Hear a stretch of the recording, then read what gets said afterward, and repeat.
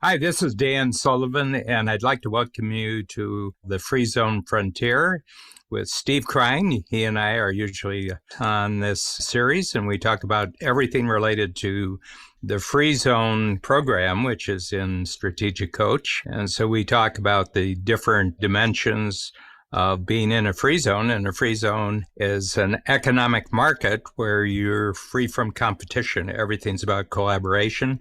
And we're just really delighted as a guest on a series of podcasts that we did very recently with Dean Jackson. And Dean is more admired in the online marketing world than almost any other individual. We pull back the curtain on the types of conversations that we have in this top level of strategic coach. And these are all individuals who are very, very successful entrepreneurs. They've all experienced 10 times growth in their entrepreneurial company. They're at the point where they are doing things mostly for freedom of time, freedom of money, freedom of relationship, freedom of purpose. And in these two podcasts, Steve Krein, who has a marvelous business called Startup Health, and Dean Jackson, who is just a guru and a mastermind for many, many different entrepreneurs. And we're going to talk about two issues. One of them is that being an expert in the 21st century means bringing certainty to areas of uncertainty, but always allowing people to know that there's a border between certainty and uncertainty.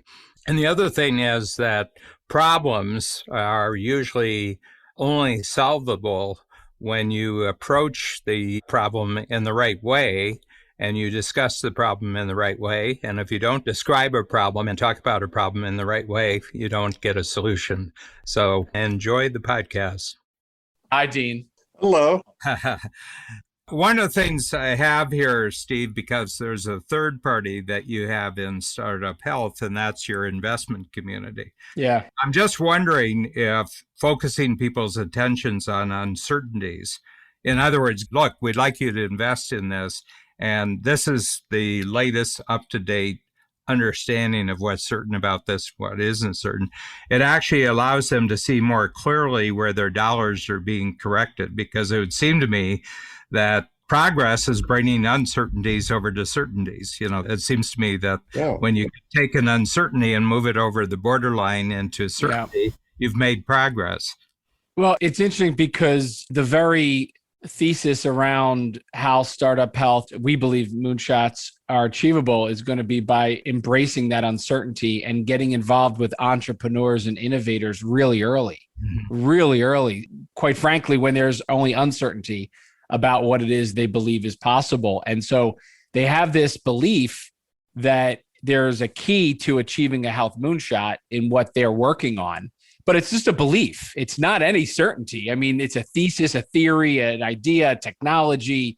But the uncertainty is really, for the most part, rejected by all of the organizations and people who are looking for certainty, and therefore missing the opportunity to apply new ideas, technologies, and approaches to solving these problems. And so almost every healthcare problem that we're facing, either individually as families or as a country or as a planet, every one of the things that needs to be solved by embracing the uncertainty to then work on it to make it certain. So we don't know what's going to work or what's not going to work over the next 20 years. But if we work towards a goal over the next 20 years or 25 years, that seems impossible today, and you embrace enough people, organizations that will collaborate and lean into that uncertainty, then we think it's possible. So it's actually interesting because almost everything that we do in building our portfolio of companies, we invest in 10, 15 new entrepreneurs every quarter, 50, 60, 70 companies a year, adding to 350 companies we have. We are on a daily basis looking at things that are uncertain and simply believing that between the community and the capabilities, going back to the vision, capabilities, and reach that we have, that it's possible to move it quarter by quarter more towards that certainty. But it's our whole model. I met Aubrey de Grey years ago when he was first getting started with the immortality in his. Yeah, immortality, conquering death. And what I was very interested in that he had done was he set up, as the ultimate is we're going to make death optional as the thing, but he broke it down into these are the 7 things that need to be solved in order to do that, and had people, and they were funding research of just solving each one of those micro things as a solution. And it struck me as really a good way to kind of break down a vision, because it was very thoughtful, the way just thinking like each one of these seem like they're independent of each other. They seem like we can do this, Yeah. And it's felt like, wow, this is really something. I've been reflecting on conversations that Joe Polish and I have had over the years, especially since he, really started to move towards his genius recovery program, and, the changing the conversation around it. It's not, Yeah. not that he has a cure for addiction, but he says part of the problem in relationship to almost all addictions is labeling them as a problem. And he said that probably the better way to start is to see them as a solution. In other words, that people only have addictions because in some ways it's a solution, certainly at a pain level, that they do this because it relieves the pain, even if it's only temporarily. Yeah. There's a higher and higher cost as you go along for the solution. I've been thinking about that in relationship to death. People say, well, death is the problem. I said, well, maybe it might be more fruitful if you saw death as a solution. What is death a solution to? Wow. And that, in fact, death has been used as a solution for all sorts of human problems. Uh-huh. Thomas Kuhn wrote the book, The Structure of Scientific Revolutions, and he says almost all the main reason for scientific breakthroughs is the funerals of older scientists. Oh, wow. Because older scientists are status bound, Yeah. and they control funding and they control promotion and they control opportunities for younger scientists. So maybe the only solution to having this breakthrough is have somebody old who's in control die. Yeah. And so what I'm going to say is, it was like the guy at Abundance 360 who was talking about sleep. And he said, we don't know the exact number of years, but it seems like human-like creatures have been around for 200,000 years. And he said, after 200,000 years, we still require 8 hours sleep a night. So he said, this whole notion, that somehow you can get along with 4 hours sleep, that probably would have been solved 100,000 years ago, but he said it isn't. He said, Right. we still need this amount of sleep. So instead of accepting it that you can bypass this or we don't need the sleep, he said, why don't you just take a look? Why is it that we need so much sleep? And now they're starting to really understand what happens when you're sleeping. I mean, amazing things are going on when you can't control your own focus, when you can't control your own attention, which we can do when we're waking. And so my sense is a lot of problems can't be solved simply by the way they're being talked about. Mm. Yeah, it brings up the scenarios around what do you talk about when you're discussing a collaboration or a project with others that prevents real creativity? And how often do we assume that things need to be certain?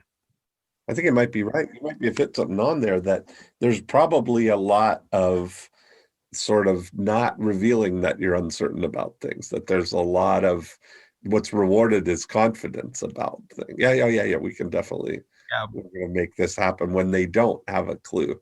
Look at Bill Gates, saying they could do this program, back in the very beginning, but he didn't have the ability to do it and made it at the last. But I think so many things are sold like that, oh yeah, we can definitely do it, which is a throwing of the hat over the fence kind of thing. Yeah. A confidence, but not a certainty. Yeah. Or courage, Yeah. Not a certainty. Yeah. One of the things I noticed, we talked about this earlier when Game Changer and then quickly Free Zone got started, that I developed right off the bat that some people were coming to take things so that they could make money, like it was going to be money making. And, we asked them to leave the program. We gave them all their money back and we said, leave the program. You're bringing an unhelpful attitude into the room, and I can't have that. Just to make sure that things work for all the people who are there for the right reasons, we can't have somebody there for the wrong reasons. It was that I've come to take, and I want something that I can take right away and make money with. And I said, if you're coming from there, you're not going to be a collaborator. So that would be a contribution here to this discussion about what is not helpful for collaboration. Well, overall, how many other things happen as a result of the wrong mindset in a collaborative discussion? Coming with the wrong attitude is one thing, but so is other things that contribute to the project or collaboration not working. Like I think about how many things get started and not finished, and how often it starts off confidently ambitious. It starts off being outlined, and then somewhere along the way, it deviates from the impact filter. It deviates from what you were thinking. And I've sometimes found that, and this could happen months after something starts, that you kind of go back to, and what you find out is things that you learned by doing it uncovered things you didn't anticipate. And all of a sudden the project ended up somewhere completely different because the uncertainty guided the discovery of the things they were uncertain about guided the development of the project, stunted its potential. And so I think about how do you keep the integrity of the original idea, go back to the impact filter, keeping the integrity of the original idea intact as much as possible by anticipating the things you can't anticipate, right? So uncertainty is like, these are the 5 things that could go wrong, or the 5 things we don't know the answers to. However, I want to make sure we don't deviate from what we want to happen. Who was it that talked about the known unknowns and the unknown knowns? Yeah. And the problem is none of those. It's the known knowns that turned out not to be true. That's really the wild cards in all of it. The things that you thought you did know that turned out that's not the way at all. Yeah. Yeah. It's almost like having permission with 2 things. One is having permission, but also doing the thinking about the uncertainty that I think prevents down the road you not achieving what you're trying to with that project, right? Yeah. But then there's the other part of it, which is, can you innovate more by being kept in the loop about when the uncertainty becomes certain? And what I mean by that is, as you go out into the real world with something and experience or become more informed about what you were uncertain about, does it loop back to inform the original visionary or person with the original vision for the project? And where I'm going with this is really the notion of how helpful would it be if there was an ongoing dialogue, almost 360-degree feedback or 180-degree feedback about, as you become more informed and you become more certain with the uncertainty, can you keep recalibrating the original vision versus end up somewhere completely different because it ended up being a road to where you didn't realize you were going to go? Yeah. We need a glue that really works, and they end up with Post-it notes, like right. Yeah. But here's the thing that I've discovered. Okay, so just looking at a collaboration that's really been successful for me is the Hay House, Tucker, Max, Ben Hardy collaboration. Intuitively, it felt good at the beginning. And then it was only because I was explaining it in the 10 times program to people. They said, well, we're not quite understanding why you set up a deal like this. What holds the deal together? And I came to an understanding that everybody in the collaboration has to want to be a hero to the same end user of a breakthrough. In other words, we're creating a breakthrough and we're all committed that's going to be a breakthrough for this particular type of person. So, and Hay House had switched over from it being a new age publisher, and they wanted to be now serving entrepreneurs, and Tucker Max, it's entrepreneurs creating books for themselves. And Ben Hardy wanted to do that. And of course, that's my thing. And I think what holds the deal together is the value creation that you're seeking to have a breakthrough on you're creating that value for the same end user. You want to be a hero to the same. That's one thing that I've discovered that I think is probably pretty safe ground, that it's not what each of you is going to get personally from the collaboration. It's what together you're going to create that's going to create value creation that presently doesn't exist out in the world. Yeah.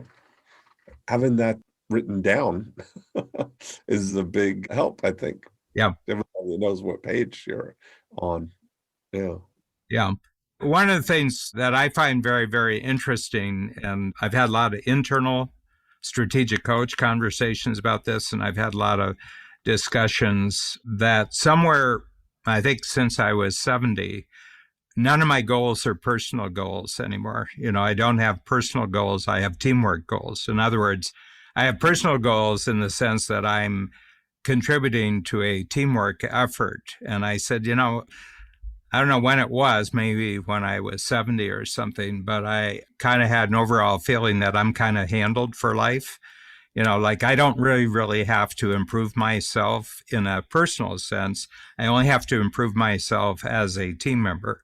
In other words, the teams that I'm on, we're on a team right now doing a podcast, and I want to get better at being a better team member in every team that I'm at. But as far as improving my own abilities for the sake of some personal goal, I don't have that anymore. Right. And my sense is that a collaboration is that people are well handled before they get in. They don't need the collaboration to handle some personal issue. Money-wise, they're okay. They're handled money-wise and everything. Yeah. Because I'm looking at how is this different? So we have the next book. We're just coming down the quarterly book. Well, the one we just came out with, the Innovation Over Envy, I'm seeing these two roads that people can take, in life. We're born into uniquely unequal circumstances. They even find that with identical twins, one of them is 5 minutes early. It has a impact on how they relate to each other. One of them got here 5 minutes early, and the other one defers because that one, or rebels against the fact that one of them came in early, And they find, for example, and this is, I don't know what to make of this, that you can have one identical twin who has a hereditary mutation like a blood disease, but the other one doesn't have it. And they find with identical twins, one of them gets all the mutations that are coming through from the mother, and the other one doesn't get it at all. As identical as they are, they have a different deal, Right. The question is, do you take complete responsibility for the deal you got, or are you forever complaining about the fact that somebody else got a better deal? My sense is that this happens before we reason. In other words, I think children at 3 or 4 have already kind of chosen a road, but they don't have a thinking ability to even know that they made a decision. The thing that I'm seeing here is that I think Zoom is an inflection point in human history, because I'm noticing who's running ahead with Zoom and just loving Zoom. And I'm noticing we have clients, 20% of our clients, who haven't come back for a year, and their demand is they won't come back until it's in person. Is it really that high, 20%? Oh, yeah. I mean, we took a real hit. Our registrations are up like the last 4 months. If we go back 12 months to November, December, January, and February, our registrations are higher now than they were 12 months ago. Because now we're getting people who that's what they want is the virtual, right? Well, they were holding out until it was virtual. That's what I mean. Yeah, in a lot of ways, it's the travel that was the obstacle. All of a sudden, Australia has become a big market for us. Yeah. Right. I mean, we have had more Australians join the program since last September than we have since 1989. Wow. But it just shows you how big travel was a problem. They couldn't overcome the problem. It was such a big problem, and that's been solved. But I'm trying to get a handle on the mindset of why you're holding out. You already know what the program is. I mean, some of them have been for years, and they're saying, nope, not until it's in person. And I said, this isn't a technology problem. This is a mindset problem, like. Welcome to Cloudlandia. I mean, that's really, Yeah. Yeah. There's something that you created that's an obstacle for your progress. Right. So do you want them back is kind of where you're going, right? Which is like when they show up in the room and having not participated for a year, not embracing Zoom, not embracing the new reality, how ambitious and how do they approach even their own life goal setting and experiences if they're not willing to accept that? Yeah. Right. So are there other things going on? And what it suggests to me is the distinction between growth entrepreneurs and lifestyle entrepreneurs, that their lifestyle got upset in a way that they don't find comfortable. And they don't have a growth goal that surpasses their lifestyle discomfort. Yeah. I'll go through a great deal of discomfort if I have a bigger goal on the other side. What do you expect the right blend to be in a world where people are more comfortable traveling again, whether through vaccine or just the numbers being low? What do you expect? How do you think Coach organizes the blend of the two? The team has been asking me about that because, they can ask me about it, as a coach. Right now, the benefits of Zoom outweigh the benefits of in-person for me as being the coach. I agree with that. And I'm going to adjust. I'm a pretty adjustable character. But I said, don't make judgments too soon about what's going to happen. I said, there's going to be a point where people have the freedom. Everybody has the freedom to kind of choose how they would like to have coach. And I said, don't make a judgment too soon on what happens in the first quarter or the second quarter. I said, I think you need a year under our belts to kind of see how people are choosing. And my sense is that it's probably going to be a hybrid at certain times of the year. Dean, you'd be a good case, if you could forego coming into really cold temperatures. Oh, yeah, for sure. In, let's say, November and February, you'd say, yeah, those I'll do by Zoom. But during the nice season, I like coming to Toronto. I like coming to Chicago when the weather's nice. I'd go for Toronto. Yeah. I'd be okay to never go to Chicago again. Yeah. And that's important, but everybody gets a vote here, like this, and then you see how people are voting. So there's a hybrid where you could do live in Toronto. That was great. Yeah, I think it gets a little funky when some people are there and some people aren't. I really think that, and maybe Free Zone Symposium is kind of the thing that evolves from this, but a meaningful visit for a couple of days. I think the same thing. I go back to like the couples conference, I don't go back to the one 20 years ago or 18 years ago that I went to, that you spend a couple of days both socializing and learning and doing things.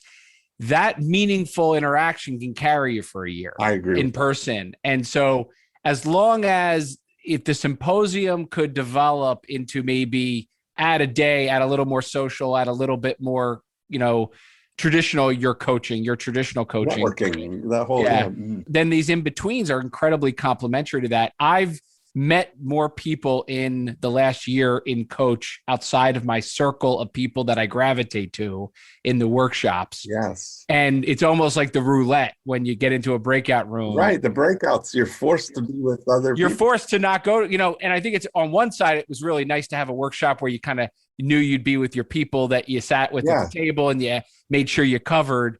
But once you establish that, it almost was like sometimes there was an extra person you hadn't been with before, but Zoom workshops is every time not every time, but you're really getting introduced to other people that aren't in your traditional thing. I like that. I think that is where it's better on Zoom than it was in the workshop because it gives you the dialogue with others that you don't typically dialogue with.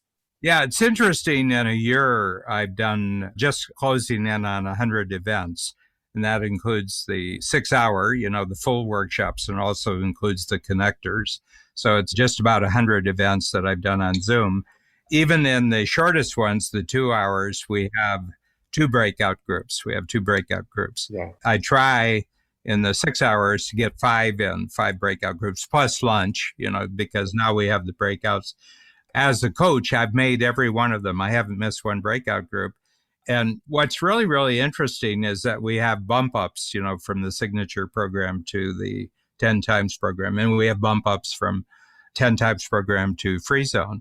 And I always say, put the bump ups, get them into my breakout group straight off the bat, because to a certain extent, they've come for me. So, let's make the contact right away. And it's terrific. And then I have OBIs. I had a guy yesterday, who hasn't been in the program since 2011. He's just super bright. And he went through 3 companies in the last 25 years, bought and sold, bought and sold, bought and sold. And, he had lifestyle changes. He started in Ohio, moved to Orlando. Now he moves in Sarasota. So he's got a lot of changes and everything else. He came back yesterday and I had him right off the bat in my first group with me. And he said, first hour, he says, it feels like it was 90 days ago that I was at my last workshop. He said, I feel totally back and everything else. So Zoom to me is much more explorable. It's much more expandable than in person. It seems to have dimensions you don't know about yet, where in person, I don't really feel it does. So I call it Zoomability. And I said, here are my requirements. These are my Zoomability requirements. And when we go back to in person, we've got to make the in-person as good as Zoom. And I said, that's our challenge, especially with the breakouts. The breakouts could be a mess in the in-person. Like some people decide right at the beginning of the workshop, when we break out, we only talk to each other. Or it takes them 5 minutes to get into their group. Then they say, what are we going to talk about? What do we talk about? And then after the break, it's 5 minutes. They go to the restroom. They make a phone call. Yeah. So, like a 20-minute breakout session takes 40 minutes, by the time you get settled back. And I said, can't do that anymore. I said, the time's precious. Yeah, this is great. I was reading for the 10X workshop. I think mine's next month, but I was looking at the tool that you did. And one of the things that you outlined was I think it's 10 rules of doing a successful Zoom workshop. Yeah. 10 strategies. Yeah. 10 strategies. But I thought the interesting thing was, and I think it might've been in one of the insights where you said, but you make your team rank you or rate you on how well you did on those 10. And I think that's pretty cool. The idea that this is the scorecard, but you gave them a very measurable way. And I don't know if you did this in your other workshops, Dan. Maybe this is something you carried over from your real world one. But no, I never did that. Oh, you didn't? Right. So I think it's interesting for you to get that feedback in real time for you to almost perfect those 10 strategies. That's a welcome approach to not formalizing Zoom calls, because I think it's not about formalizing them, but systematizing them in a way that, the 12th month of them is 10 times better than the first month. And by the way, 12 months after that, there'll be continued improvements from there. But I really like that you went out and outlined them and then asked your team for feedback on it. I introduced these right off the bat when a workshop starts. I just want to let you know that we're a year down the road with Zoom, and we've noticed that certain things work and certain things don't work about Zoom. And so I've taken all of our experience and I've created these 10 strategies. And I'm just laying this out for you because I'm going to be following this for the whole day. So if you notice what I'm doing or anything, this is why I'm doing it.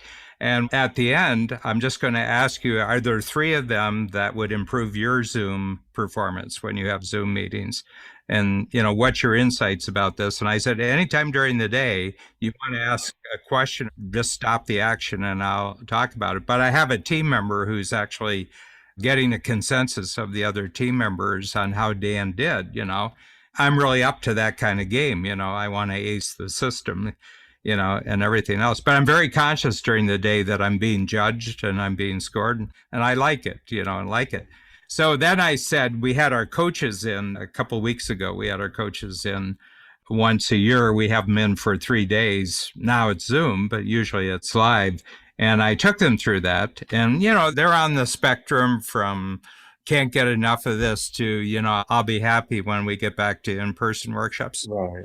I said, we know a lot of things that are better than the way that other people are doing Zoom. I still go to things where someone talks at you for an hour and you don't get a break for 2 hours. Right. And I said, you're dead after 50 minutes. I have to tell you, from 50 minutes onward, anything you're pouring into that cup is ending up on the floor. So I said, you don't take a break after the first hour. They aren't learning anything in the second hour, Yeah. Right. Yeah. I said, try it out. I said, I'm ADD, I'm a 10 quick start in ADD. So I'm a canary in the coal mine here. Yeah, right. Yeah. Any noxious gas, I'm going to pick up the gas before anybody else does.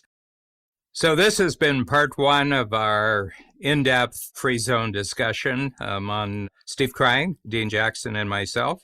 Tune in to part 2.